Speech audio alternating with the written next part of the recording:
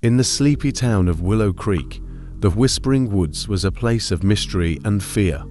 Stories of strange voices and vanishing wanderers had been told for generations. Parents warned their children to stay away, but some dared to test the boundaries. The forest always seemed alive, its branches like fingers beckoning. Many who entered claimed they heard whispers, soft and persistent, calling their name. Emma had always been curious. The whispers didn't scare her, they intrigued her. She was drawn to the woods, convinced that the stories were just small-town myths. That night, with only a flashlight and a notebook to document her findings, she left her house and walked toward the forest. The wind carried a faint sound, like someone calling her name. As Emma entered the woods, the air grew colder. The flashlight beam flickered, casting dancing shadows. Every step felt heavier, as though the forest resisted her intrusion. Then, she heard it, a whisper. It was faint but unmistakable, a voice saying, "Emma." She froze, her heart pounding. "Who's there?" she called out, but only silence answered. The whispers grew louder, surrounding her. They seemed to come from the trees themselves, their bark forming grotesque faces.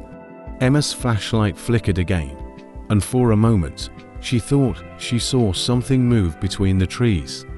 "This isn't real," she whispered to herself, trying to stay calm, but the forest seemed alive. Branches swayed though there was no wind, and the roots beneath her feet shifted, as if trying to trap her.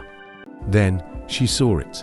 A shadowy figure stood in the distance, still and silent. It had no eyes, but Emma felt its gaze.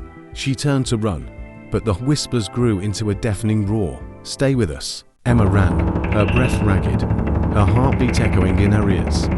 The forest seemed to come alive. Branches reached out, clawing at her clothes, and roots rose to trip her. She glanced back and saw the figure gliding towards her, faster than it should. Its form shifted with the shadows, merging and reappearing closer each time she blinked. Her flashlight fell to the ground, its beam casting wild, flickering shadows.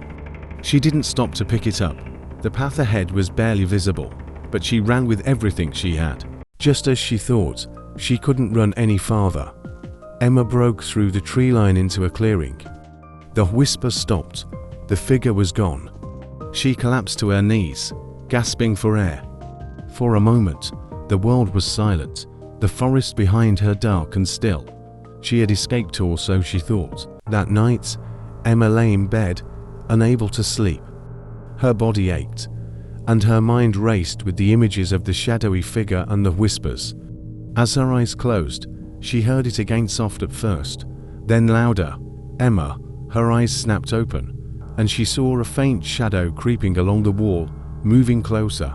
The forest hadn't let her go after all.